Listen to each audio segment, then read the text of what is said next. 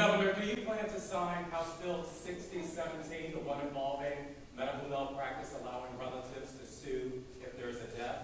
No, because it would cause malpractice insurance premiums to skyrocket. The folks that we talked to universally said that. And the thing is, you can sue, right? That's a misnomer.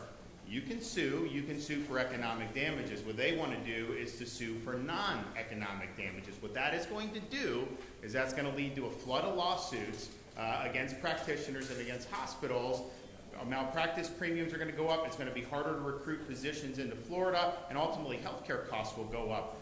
What I suggested that was done, and I know there was some support of it in the Senate, is that if you had caps on the amount of damages people could seek, that would disincentivize a lot of jackpot justice. And so if you had situations, you already can do economic damages, then you would be able to do non-economic, but you would not be able to kind of hit the lottery. You would be able to potentially get within the realm. And so that, I think, is what's missing. And, we've spoken with a lot of folks in the healthcare, hospitals, physicians. It was pretty overwhelming in terms of the concern, that they had on it.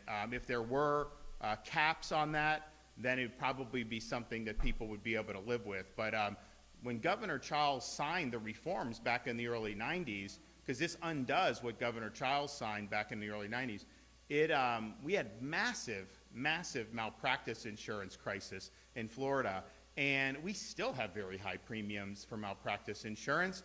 Part of it is, we've had a lot of litigation over the years. We did have caps that were put in that the old liberal Supreme Court said were not constitutional. I don't think that was the right decision, and I don't think this current court, would reach the same conclusion. But that was done because they were dealing with a crisis. And I understand, obviously, and as somebody who respects physicians, I also lived through COVID, and I understand that they get things wrong. So I'm not opposed to holding them accountable for medical malpractice. To the contrary, I think you need to do that. And I know there have been people that have been victimized, had family members, and it's a really, really sad thing. But I also know you have to look at the global view. What is it going to do for the overall access to care, prices, the willingness of physicians to come here? And that was very clear to me in speaking with folks. Yes?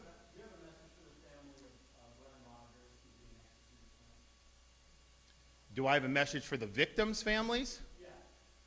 Well, the victims, part of the frustration of this, I support capital punishment because I think there are some crimes that are just so horrific, the only appropriate punishment is the death penalty. And I know there's some people that disagree with that, and that's fine, but that's my judgment.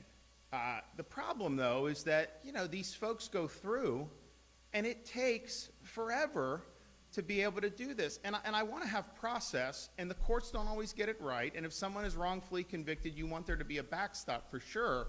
But man, the fact that it takes so long, so I think in most of the families that I've spoken to who've lost loved ones at the hands of really brutal killers, there's just always that frustration with waiting.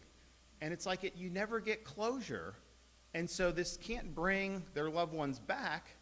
But I think what it can do is at least provide some closure that this whole legal enterprise has come to a conclusion. They don't have to worry about something happening down the line. But it's when you see these things across your desk, these are brutal crimes. And I'm not suggesting that some of the crimes that don't merit the death penalty aren't brutal too, because there's a lot of stuff. But this stuff is just overwhelmingly sadistic. It shocks your conscience.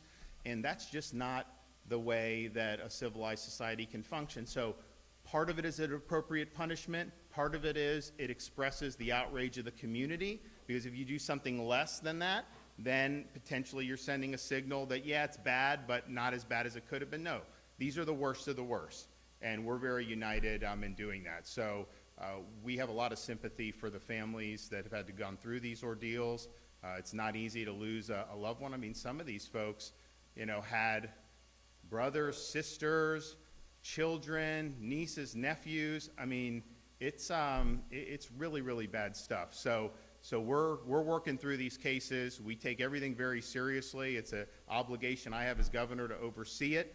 There have been times when we've had things and there were some people had questions, but anytime we go forward, I'm convinced that not only was the verdict correct, but that this punishment is absolutely appropriate under the circumstances. Thanks, guys. We'll see you.